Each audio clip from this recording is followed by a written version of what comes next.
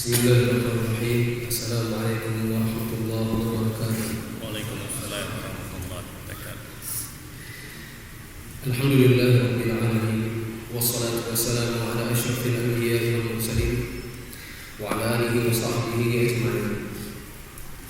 Jamaah salat maghrib yang Allah muliakan, kita bersyukur kepada Allah pada hari ini bisa bertemu lagi dalam kajian rutin setiap hari Ahad maghrib.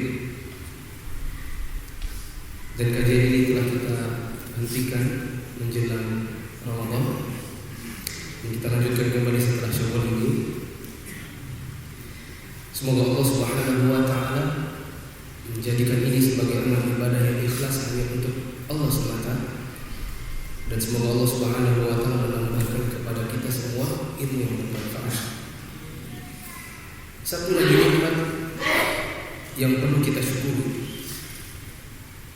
bahkan patut kita syukuri,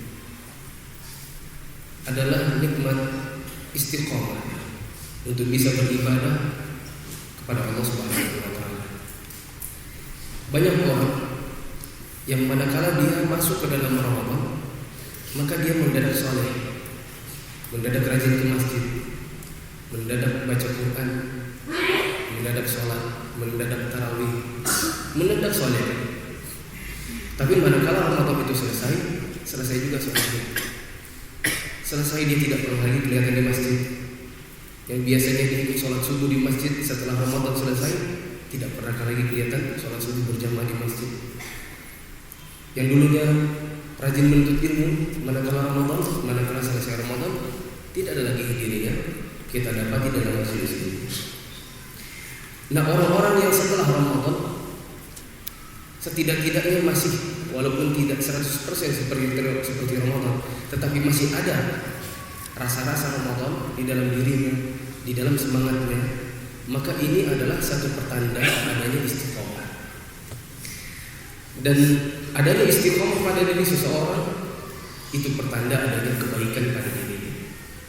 Manakala seseorang keluar dari Ramadan lalu kemudian ibadahnya tetap ada, tetap melakukan sholat berjamaah, tetap menuntut ilmu, tetap membaca Quran, maka ini adalah pertanda bahwasanya ada kebaikan pada dirinya. Dan semoga Allah Subhanahu wa taala tetap menjadikan istiqomah ini ada pada diri kita, dikarenakan tidak semua orang mendapatkan hal ini. Tidak semua orang mendapatkan nikmat istiqomah. Jemaah sekalian Allah Subhanahu wa taala, pada malam ini dan seterusnya kita akan mengembalikan atau mengadakan kembali kajian ini.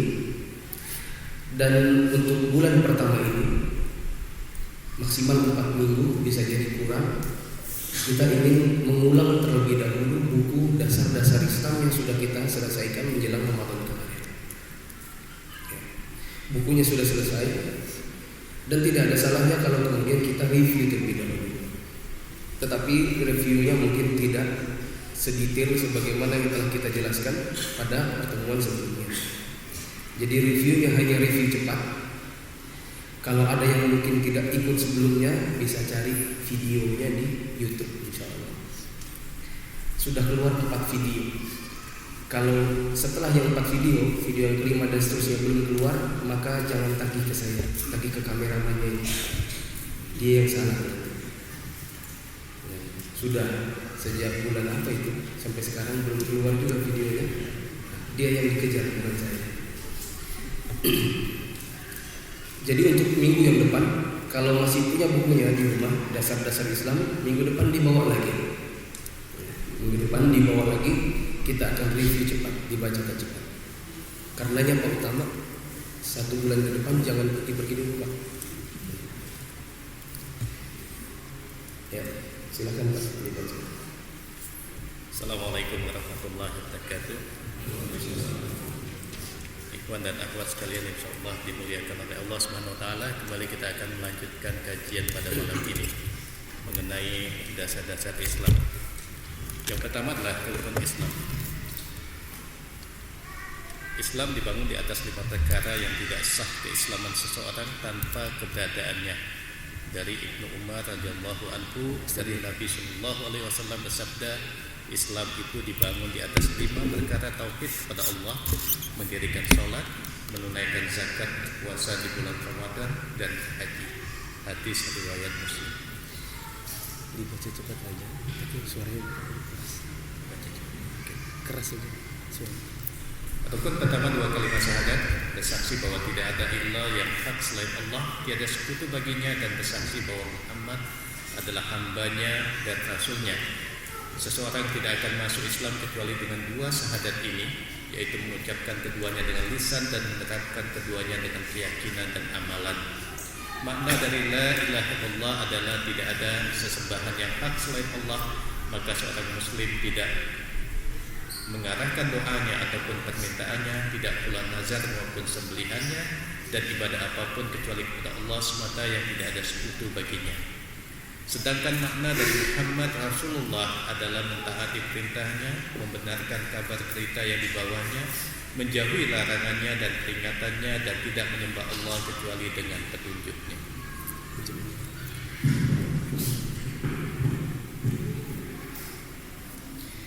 Inti dari syahadat yang pertama, asyhadu an la ilaha illallah, intinya adalah tidak boleh seseorang menyembah selain Allah Subhanahu wa taala. Manakala ada sesembahan selain Allah Subhanahu wa taala di dalam dirinya atau dalam peribadatannya, maka dia telah menyekutukan Allah dengan yang selain Allah dalam masalah yang hanya Allah Subhanahu wa taala yang boleh mendapatkannya atau mengerjakannya.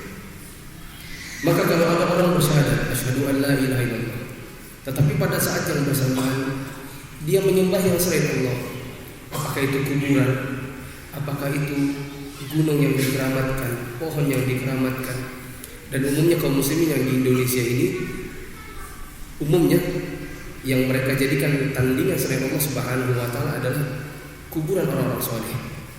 Banyak di antara mereka yang mengadakan acara-acara rutin, rehlah bersama, safar bersama ke sebuah kuburan yang mereka anggap kuburan yang keramat.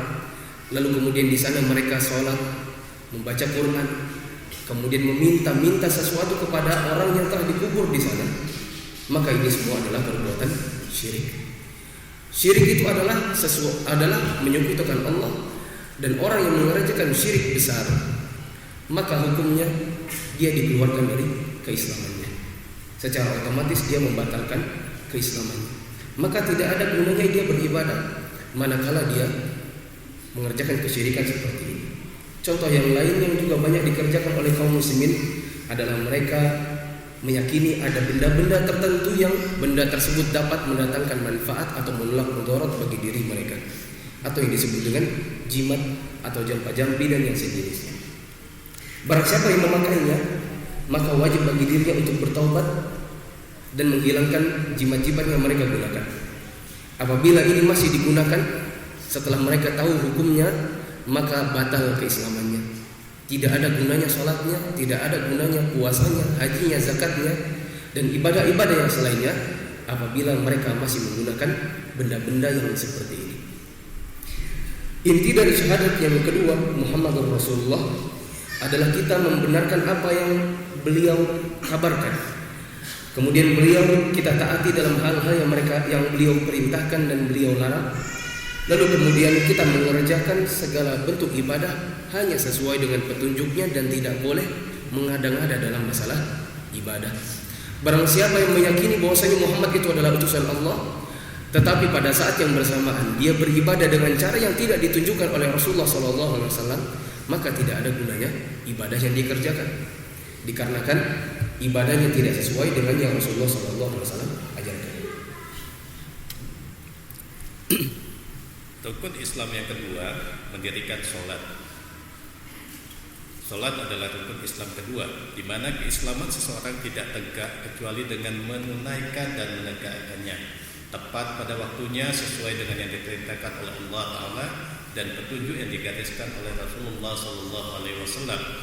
Nabi SAW bersabda, sesungguhnya garis pemisah antara seseorang dengan kesyirikan dan kekufuran adalah sholat. Hadis riwayat Muslim. Sholat itu ada yang wajib dan ada yang sunnah. Salat yang Allah Ta'ala wajibkan kepada hambanya dalam sehari semalam itu ada 5. Tidak gugur kewajibannya bagi orang yang berakal kecuali wanita yang haid atau nifas. Dan solat-solat tersebut ada 5 waktu, tentu kita sudah sangat hafal. Yang pertama adalah solat fajar atau subuh 2 rakaat, zuhur 4 rakaat, asar 4 rakaat, maghrib 3 rakaat, dan isya 4 rakaat. Adapun pada hari Jumat, orang yang bermukim atau tidak sabar melaksanakan sholat Jumat sebagai pengganti sholat zuhur, di mana imam berkhutbah 2 kali kemudian melaksanakan sholat dengan makmumnya 2 rakaat. Rukun Islam yang kedua yaitu mendirikan sholat. Dan satu yang perlu kita garis bawahi bahwa apabila ada orang meyakini bahwasanya dirinya muslim, dia mengatakan saya adalah orang Islam, tetapi dia tidak mengerjakan sholat tanpa ada uzur, maka di sini ada khilaf para ulama. Ada yang mengatakan bahwasanya dia dihukumi kafir atau keluar dari Islam, dan ada yang mengatakan dia tidak keluar dari Islam. Pendapat yang tengah-tengah adalah bahwa apabila seseorang tidak mengerjakan sholat dikarenakan ada uzur, atau dia tidak mengerjakan sholat dikarenakan belum tahu hukumnya, misalkan dia baru masuk Islam, maka kita tidak hukumi dia sebagai seorang yang keluar dari Islam. Tetapi barang siapa yang tidak ada uzur sama sekali, lalu kemudian dia mengetahui hukumnya dan dia tidak mau mengerjakan sholat itu sama sekali, ketika diajak dikatakan saya tidak mau, bagi saya sholat itu tidak wajib, maka pendapat yang lebih kuat adalah bahwasanya orang ini dihukumi keluar dari Islam. Karena hadis yang sangat jelas, sesungguhnya yang menjadi garis pemisah antara seorang mukmin dengan orang kafir dan orang yang syirik adalah dalam masalah sholat. Barang siapa yang meninggalkan sholat, maka dia telah kufur. Satu tambahan yang belum saya sampaikan pada pertemuan sebelumnya, khutbah Jumat, sebagian orang menganggap khutbah Jumat yang 2 kali itu merupakan pengganti 2 rakaat sholat zuhur. Lalu sholat Jumat yang 2 rakaat adalah sholat zuhurnya yang 2 lagi. Jadi kalau sholat zuhur 4 rakaat ini di hari Jumat diganti dengan 2 khutbah plus 2 rakaat. Lalu mereka mengatakan dikarenakan sholat Jumat itu, dikarenakan sholat zuhur itu tidak sah kalau tidak menggunakan bahasa Arab, maka kemudian di antara mereka ada yang mengatakan kalau gitu, kalau khutbahnya tidak pakai bahasa Arab, berarti tidak sah sholat Jumatnya. Kita katakan ini pendapat yang tidak ada di kalangan para ulama. Mereka memperbolehkan adanya khutbah Jumat dengan menggunakan yang selain bahasa Arab, tidak mengapa, dan tetap dianggap sah sholatnya. Karena menurut pendapat yang lebih kuat adalah bahwasanya 2 khutbah itu bukan pengganti sholat zuhur. 2 khutbah adalah 2 khutbah, dan 2 rakaat sholat Jumat adalah 2 rakaat sholat Jumat. Itu syariatnya. Sehingga tidak ada atau tidaklah benar bagi orang yang mengatakan bahwasanya sholat Jumat itu kalau khutbahnya tidak menggunakan bahasa Arab berarti tidak sah. Lanjutkan. Ada beberapa syarat sah sholat, yaitu suci dari najis dan hadas. Allah tidak akan menerima sholat seseorang hamba tanpa bersuci. Dan salah satu contoh bersuci adalah berwudu. Cara berwudu yang pertama adalah diawali dengan membaca basmalah, lalu mencuci kedua telapak tangan, kemudian dilanjutkan dengan berkumur dan beristinsyak, yaitu memasukkan air ke hidung lalu dikeluarkan lagi. Setelah itu mencuci seluruh bagian wajah, diikuti dengan kedua tangan hingga ke siku dan mengusap seluruh kepala, juga kedua daun telinga termasuk 1 kali saja.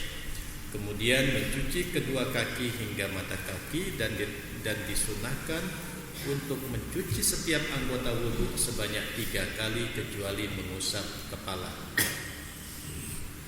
Dibolehkan mengusap kaos kaki ataupun sepatu dengan syarat apabila 1. Kaos kaki atau sepatu tersebut suci dan menutupi mata kaki. Yang kedua, bila sebelum memakainya telah bersuci. Yang ketiga, tidak melampaui batas waktu yang ditentukan.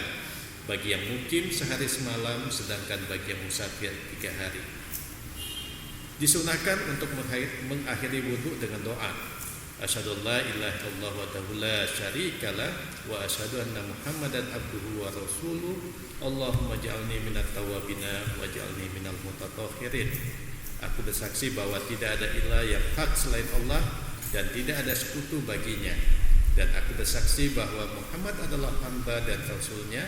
Ya Allah, jadikanlah aku bagian dari hamba-hambamu yang bertaubat dan bersuci. Salat yang diwajibkan atas kita, dia tidak akan menjadi sah kecuali terlebih dahulu memenuhi syarat-syaratnya. Yang antum sudah pernah menulis, coba dilihat lagi tulisannya.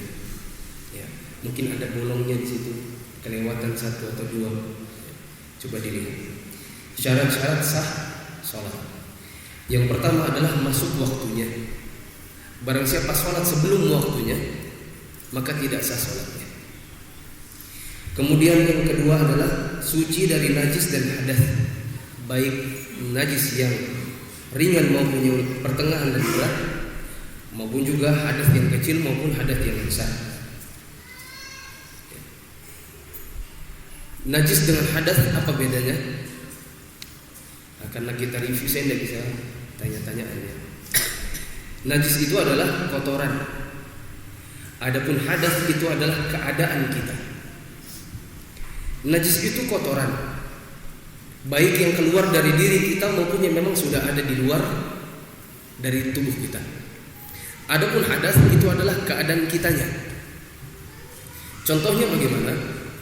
Untuk najis, misalkan kalau najis yang ringan, misalkan adalah air kecilnya anak bayi laki-laki yang belum minum ASI, belum makan apapun kecuali ASI. Maka cara membersihkannya bagaimana? Tinggal diperciki dengan air. Ada najis yang tengah-tengah, seperti air seni atau air kecilnya kita yang sudah dewasa, atau di luar dari anak bayi laki-laki yang belum makan apapun kecuali ASI. Berarti anak perempuan walaupun dia masih bayi dan belum makan apapun kecuali ASI, maka hukumnya adalah najis pertengahan. Bagaimana cara membersihkannya? Membersihkannya adalah dengan cara dibersihkan dengan air sampai hilang zatnya. Kemudian najis yang berat adalah seperti air liur anjing yang dia menjilat di tempat wadah yang ada airnya. Tetapi kalau dia menjilat di tempat yang kering, maka kembali hukumnya seperti najis pertengahan. Misalkan kalau anjing itu menjilat di sebuah mangkok dan di mangkok itu ada airnya, dia keluarkan lidahnya, dia menjilat-jilat air yang ada di dalam mangkok itu, maka ini menjadi najis berat. Cara membersihkannya adalah dibersihkan dengan 7 kali cucian. 1 di antara cucian itu dicuci dengan menggunakan tanah. Adapun hadas itu adalah keadaan kita. Keadaan kita dalam berhadas ada 2, hadas kecil atau hadas besar. Hadas kecil contohnya kita baru saja buang angin atau buang air kecil atau buang air besar, atau keluar air wadi atau keluar air madi. Ya. Adapun hadas besar adalah manakala kita keluar, contohnya seperti kita keluar air mani. Kita keluar air mani, baik secara sengaja maupun tidak sengaja. Tidak sengaja dengan jalan mimpi. Manakala kita mimpi, maka hukumnya adalah kita hadas besar. Keadaan kita adalah hadas besar. Atau kita berhubungan suami istri, atau mengeluarkan air mani secara sengaja dengan bantuan istri, maka ini juga merupakan hadas besar. Kemudian termasuk juga hadas besar apabila laki dan perempuan atau suami istri berhubungan walaupun belum keluar air mani. Kalau sudah terjadi pertemuan antara 2 kelamin mereka, laki dan perempuan, maka sudah wajib mandi walaupun belum keluar mani. Yang lainnya adalah manakala seorang wanita bersih dari haid dan nifas, maka mereka dalam keadaan hadas besar. Hadas kecil, menghilangkan kondisi hadas kecil itu hanya dengan cara berwudu. Adapun hadas besar bisa diangkat kondisi ini dari kita dengan cara mandi junub. Kemudian yang ketiga yang merupakan syarat sah salat adalah menutup aurat.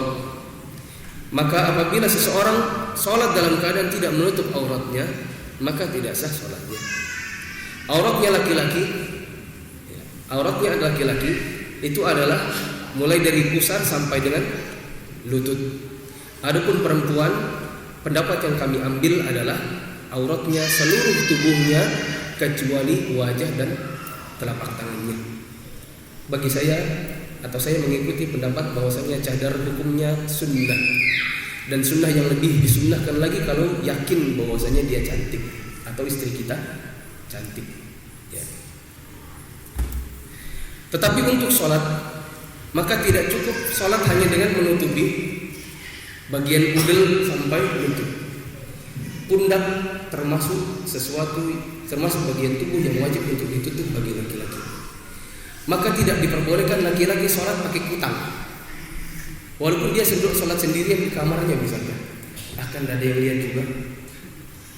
Sholat pakai kutang boleh atau tidak? Tidak boleh, dikarenakan katif atau pundak itu wajib untuk ditutup manakala sedang sholat. Kecuali apabila memang tidak punya kain lagi kecuali satu lembar hanya untuk menutupi bagian bawah saja. Tetapi selama masih ada kain yang lain, maka pundak tidak boleh dibuka manakala sedang sholat. Begitu juga menggunakan celana pendek sampai keluar kelihatan lututnya, maka ini tidak sah sholatnya. Tetapi kalau di bawahnya lutut maka boleh. Kemudian yang keempat yang merupakan syarat sah sholat adalah menghadap ke kiblat. Barang siapa sholat dalam keadaan tidak menghadap kiblat secara sengaja, maka tidak sah sholatnya. Apabila dia tidak mengetahui tentang arah kiblat, maka wajib bagi dirinya untuk bertanya terlebih dahulu. Misalkan sampai di sebuah negeri dan tidak tahu arah kiblat, di hotel misalkan, cari di plafonnya ternyata tidak ada petunjuk kiblat. Tidak boleh menentukan sendiri, lihat-lihat sendiri, kiblatnya ke sana saja. Tidak boleh. Wajib untuk bertanya kepada orang yang tahu. Siapa itu? Resepsionis. Telepon resepsionisnya, saya mau sholat ke arah mana? Kamar saya sekian-sekian, nanti akan diberitahukan arahnya. Tidak boleh berijtihad sendiri. Kalau menggunakan HP yang ada kompasnya, ada aplikasi kompasnya, bagaimana? Aplikasi HP bisa jadi salah. Karena biasanya aplikasi HP yang ada kompasnya itu HP-nya harus dibolak-balik terlebih dahulu, baru dia bisa menunjukkan arah yang benar. Maka jangan gunakan kompas di HP sebelum kita tahu bahwasanya ada orang yang tahu arahnya. Tanya ke resepsionisnya atau security-nya. Tetapi kalau seandainya sudah tidak ada orang sama sekali yang bisa ditanya, kemudian kita ingin melihat matahari, ternyata mataharinya sudah tidak ada misalkan, kita tidak tahu arahnya, baru kemudian berijtihad dengan menggunakan aplikasi. Kemudian yang terakhir, syarat sah salat adalah niat yang ikhlas untuk Allah Subhanahu wa taala. Manakala salat itu diliputi dengan niat yang tidak ikhlas, maka salat itu tidak akan berharga di mata Allah Subhanahu wa taala. Dan saya sudah pernah menyampaikan bahwa setiap amal itu dilihat dari bagian akhirnya. Manakala seseorang salat pada bagian awalnya dia ikhlas, kemudian di bagian akhirnya ternyata dia riya, maka salatnya menjadi rusak. Dan apabila seorang sholat dalam keadaan rakaat pertama, keduanya dia riya, kemudian dia berusaha memperbaiki niatnya sehingga pada bagian akhir dia berubah niatnya menjadi ikhlas, maka sah sholatnya. Untuk masuk khuffain, mengusap kaos kaki, ini penjelasannya agak panjang. Yang jelas kita diperbolehkan untuk berwudu tanpa membuka sepatu atau kaos kaki. Ya. Tetapi ada syarat-syaratnya untuk bisa melakukan yang seperti ini. Ini contoh yang paling enak, yang paling bisa kita praktekkan adalah manakala kita sedang safar dan di atas pesawat dalam keadaan kita menggunakan kaos kaki dan kita mau sholat, tetapi agak sulit kalau harus melepaskan kaos kaki itu. Ya. Untuk mengangkat kaki di atas wastafel kita kesulitan. Maka kalau kita mempraktekkan yang seperti ini maka sangat enak. Apa syaratnya? Syaratnya adalah sebelum memakai kaos kaki atau sepatunya itu sudah berwudu terlebih dahulu.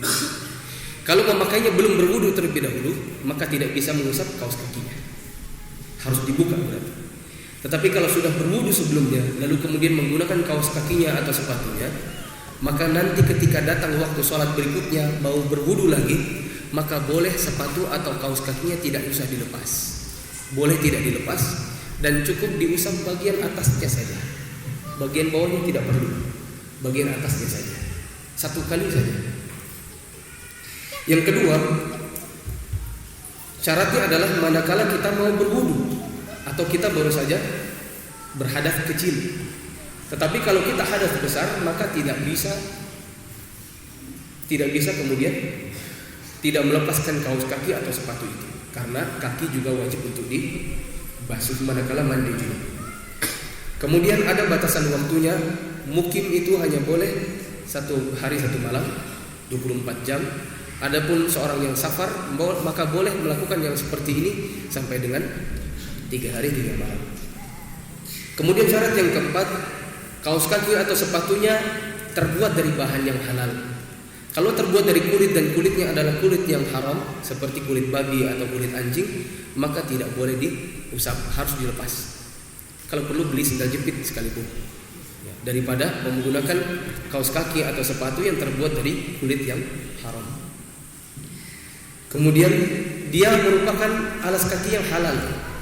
Halal berarti bukan curian. Manakala sendal atau sepatu kaos kaki atau sepatu yang kita gunakan untuk sholat itu merupakan barang curian, kita ngambil sendalnya atau sepatunya orang, maka tidaklah dibenarkan dan tidak boleh untuk mengusap kaos kaki atau sepatu tersebut. Kemudian syarat yang kelima yaitu kaos kakinya atau sepatunya menutupi sampai mata kaki. Berarti kalau cuma sekedar sendal atau sepatu yang sepatunya lepeh, atau kaos kaki yang pendek sehingga mata kakinya kelihatan, maka tidak bisa diusap, harus dilepaskan. Demikian. Lanjut Pak. Baik, kita lanjutkan. Tadi sudah dijelaskan mengenai cara bersuci yang pertama adalah berwudu, kemudian cara bersuci yang kedua adalah tayamum.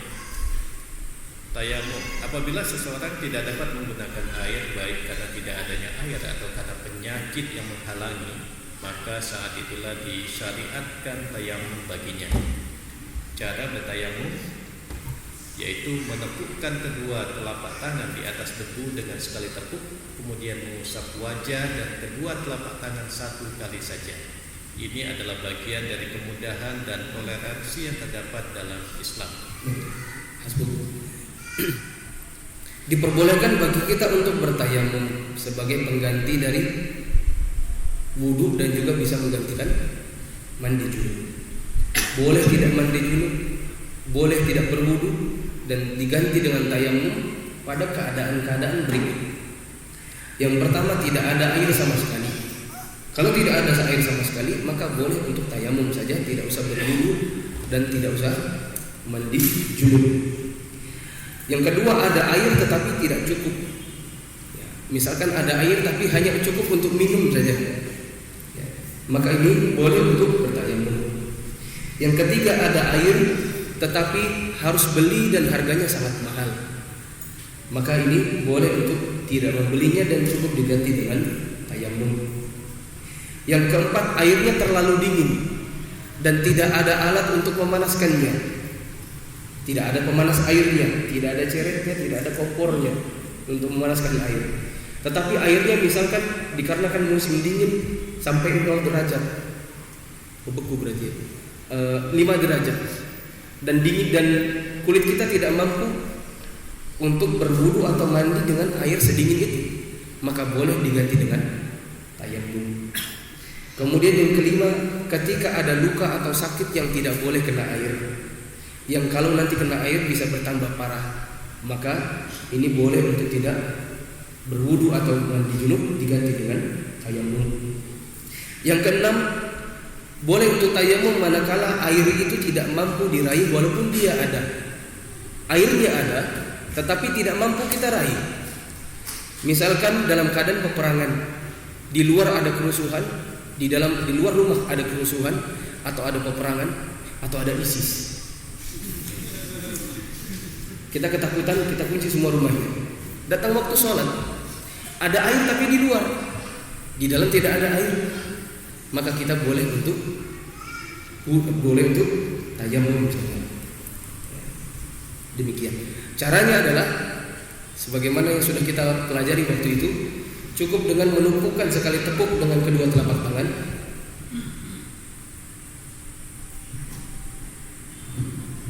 Cukup dengan menumpukan satu kali. Lalu kemudian kalau tangannya terlalu kotor boleh ditiup. Boleh ditiup kalau terlalu kotor. Setelah itu diusapkan ke wajah satu kali. Wajah itu dari sini ke sini, dari sini ke sini. Ini diusapkan satu kali. Kemudian langsung tangannya mengusap ke punggung bagian tangan kanan, telapak tangan kanannya saja, bagian punggungnya satu kali. Kemudian yang kiri satu kali. Selesai, itu saja tayamumnya. Dan tayamum yang seperti ini menggantikan wudu maupun mandi junub. Jadi walaupun yang digantikan adalah mandi junub, sementara mandi junub itu kan air harus kena di seluruh tubuh, maka kita katakan baik mandi junub maupun berwudu, penggantinya yaitu tayamum, caranya sama. Tepukkan satu kali tangannya ke tanah atau ke debu. Kemudian kalau terlalu kotor boleh ditiup. Kalau tidak terlalu kotor, maka langsung saja diusap di seluruh satu wajah ini satu kali. Kemudian langsung mengusap punggung tangan kanan sampai pergelangan satu kali, dan punggung tangan kiri sampai dengan pergelangan satu kali. Lanjut Pak. Wudu itu menjadi batal dengan kencing, BAB atau kentut atau tidur yang pulas. Mandi itu diwajibkan apabila seorang suami menggauli istrinya, baik sampai keluar mani ataupun tidak. Begitu pula wanita yang bersih dari haidnya ataupun nifas. Cara mandi yaitu dengan menyiramkan air ke segenap tubuh dengan dibarengi dengan kumat-kumat dan istinsyak, lalu berwudu seperti biasa. Wudu kita, kalau wudu batal maka tayamum pasti batal. Segala yang membatalkan wudu maka membatalkan tayamum secara otomatis. Apa saja itu? Yang pertama, keluar sesuatu dari dua jalan, baik jalan depan maupun jalan belakang. Contohnya apa? Buang air kecil, keluar air madhi. Air madhi itu air yang kental, bening, dan keluar manakala syahwat bangkit. Air wadi yaitu yang kental dan keruh, bentuknya seperti butiran-butiran, dan biasanya keluar dibarengi dengan setelah keluar air seni. Kemudian keluar angin, yaitu buang angin dari arah belakang. Kalau dari arah depan bagaimana? Kayaknya laki-laki tidak ada ya buang angin dari depan. Tapi sebagian para ulama menyebutkan ada buang angin dari bagian depan tapi untuk perempuan. Dan angin yang seperti ini tidak dihukumi sebagai pembatal wudu, tidak dihukumi hadas. Kemudian darah, baik darah haid maupun darah nifas. Dan yang berikutnya adalah keluar air mani, ini semua membatalkan wudu. Yang kedua, yang membatalkan wudu adalah manakala kehilangan kesadaran. Kehilangan kesadaran ini baik dengan mabuk, pingsan, maupun tidur yang tidurnya betul-betul tidur pulas. Seperti manakala sedang khutbah Jumat. Khutbah Jumat biasanya kita tidur pulas atau tidak? Biasanya tidur pulas betulan, apalagi yang bersandar di tembok maupun di tiang, atau dia bersembunyi di balik tiang sengaja supaya tidak dilihat oleh khotibnya. Maka ini biasanya tidurnya adalah tidur pulas. Ditandai dengan ngorok atau keluar air liur, ngiler, maka ini pertanda tidur pulas. Manakala ini terjadi pada diri kita, maka batal wudunya. Jadi orang yang dalam keadaan mendengarkan khutbah Jumat kemudian dia terkantuk, maka dia berusaha untuk menghilangkan kantuknya. Kalau seandainya dia tertidur dan tertidurnya betul-betul tidur pulas, kalau tandanya bagaimana? Ditanya tadi temanya apa? Tidak paham. Tadi khotibnya ngomong apa? Enggak tahu. Berarti ini tidur pulas. Kalau tidur pulas tidak boleh ketika qomat langsung sholat, karena sholatnya tidak sah. Berarti harus bagaimana? wudu dulu keluar. Kemudian menyentuh kemaluan dengan syahwat. Ini yang saya ambil. Apabila disentuh dengan syahwat, maka batal wudunya. Tetapi kalau seandainya disentuh tidak dengan syahwat, maka tidak mengapa. Ini yang saya ambil. Kalau seandainya ada ustadz yang mengatakan pokoknya batal kalau disentuh kemaluannya, saya hormati pendapatnya. Kemudian makan daging unta. Ini juga membatalkan apa? Wudu. Kemudian menyentuh wanita dengan syahwat juga. Adapun kalau tidak dengan syahwat, maka tidak batal wudunya. Misalkan dalam keadaan tawaf dan bersentuhan dengan istri orang, maka ini tidaklah membatalkan wudu apabila tersentuh tanpa syahwat atau menyengaja menyentuh. Ya. Kemudian yang kelima yaitu murtad. Apabila seseorang murtad, maka batal wudunya. Kok ada si orang murtad kemudian batal wudunya? Misalkan dia melakukan atau mengucapkan kata-kata kufur. Misalkan dia mengucapkan kata-kata kufur. Misal ngisi pengajian jelang maghrib, sampai jelang isya, ngisi pengajian. Kemudian mengucapkan bahwasanya Rasulullah SAW itu tidak ada jaminan surga untuk dia. Rasulullah saja dia tidak pasti masuk surga. Ini perkataan kufur. Orang yang mengucapkannya dengan keyakinan hatinya tanpa ada dengan kejahilan atau dengan ada keyakinan di dalam hati bahwasanya Rasulullah SAW tidak dijamin surga, maka tidak sah salatnya. Kalau dia belum berwudu terlebih dahulu, mengucapkan dulu syahadat, diperbarui Islamnya, kemudian dia berwudu, baru dia salat. Kalau dia jadi imam, maka makmumnya tidak boleh. Ya. Pembatal tayamum, semuanya yang membatalkan wudu maka membatalkan tayamum. Satu hal lagi yang bisa membatalkan tayamum adalah seseorang ketika dia sudah hendak sholat, rupanya datang air, hilang segala penghalang untuk menggunakan air. Misalkan tidak ada air sama sekali, kemudian tayamum. Ketika mau sholat, tiba-tiba airnya jalan, terdengar kerannya dia buka di dalam ember, kedengaran air, maka batal tayamumnya. Wajib baginya untuk mengulangi dulu wudunya baru kemudian sholat. Adapun cara mandi, sebagaimana yang disebutkan dalam masalah ini, penyebab mandi sudah kita sebutkan tadi ya, waktu menyebutkan hadas besar. Cara mandi yang minimal adalah adanya niat di dalam hati untuk mengangkat hadas besar. Kalau tidak ada niat di dalam hati untuk mengangkat hadas besar, maka tidak bisa dihukumi mandi junub. Ya. Kemudian yang kedua adalah mengguyurkan air ke seluruh bagian tubuh yang bisa dijangkau dengan air. Dua ini saja, ini minimalnya. Berniat, kemudian mengguyur air ke seluruh bagian tubuh yang bisa dijangkau dengan air. Kalau mau lebih lengkap lagi, maka dimulai dengan bismillah terlebih dahulu. Mencuci kemaluan dengan tangan kiri. Tangan kirinya diusapkan di batu atau dicuci dengan sabun. Baru kemudian berwudu seperti mau sholat.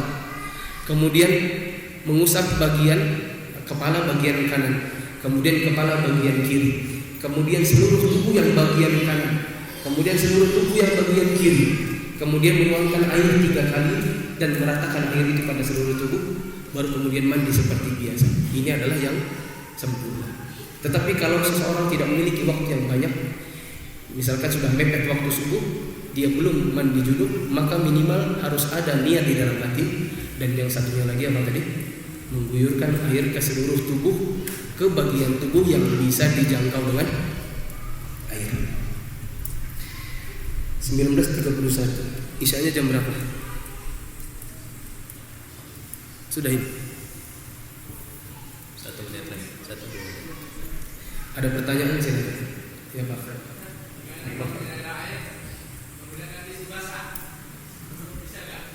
Tidak ada air, Menggunakan tisu.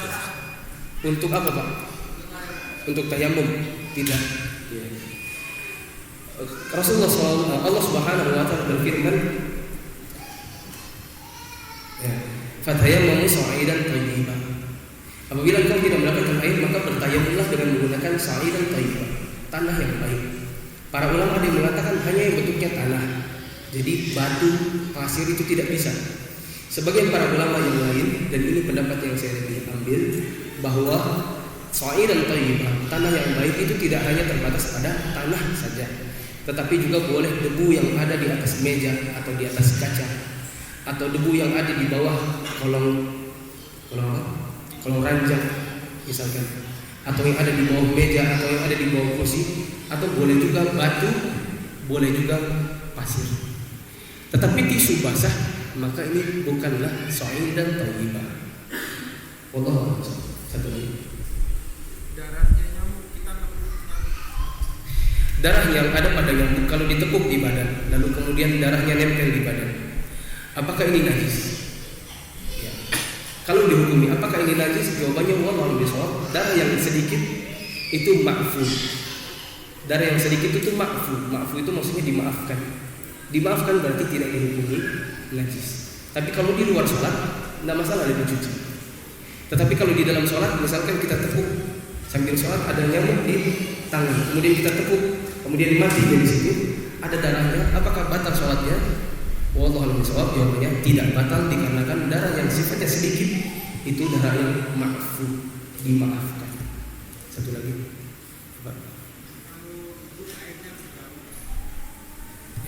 Airnya berbau. Ya.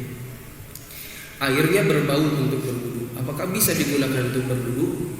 Kalau baunya adalah bau tanah, bau normal, bau alam, maka wallahu bishawab boleh, tidak masalah. Atau bau kaporit. Misalkan kita berwudu dengan menggunakan air WTP dan baunya bau kaporit, maka tidak mengapa. Tetapi apabila baunya adalah bau najis, sudah tercampur dengan air kecil, misalkan ada anak kecil yang pipis di ember, lalu sudah tercampur, kita tidak tahu kalau dia pipis di situ, kita cium ini baunya bau pesing, maka tidak boleh digunakan. Ya. Adapun bau normal, bau tanah, bau kaporit, atau ya bau biasalah bau sumur, maka itu tidak mengapa. Wallahu a'lam bishawab. Subhanakallahumma wa bihamdika, asyhadu an la ilaha illa anta, astaghfiruka wa atubu ilaik.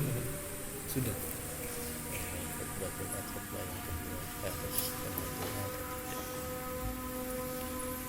Coba tanya. Oke, mungkin perlu ditambahkan mengenai khutbah Jumat. Khutbah Jumat itu 2 kali, dan biasanya ketika khutbah Jumat yang kedua sesuai dengan kebiasaan kita diakhiri dengan doa. Bagaimana dengan khutbah Jumat kedua yang tidak ada doanya? Kadang-kadang jamaah menunggu ini kok khutbah Jumat yang keduanya tidak ada doanya sama sekali. Oh iya. Nanti insya Allah kita akan jelaskan pada tempatnya. Wallahu a'lam. Subhanallah wa bihamdihi, asyhadu an la ilaha illa anta, astaghfiruka wa atubu ilaik. Wassalamualaikum warahmatullahi wabarakatuh.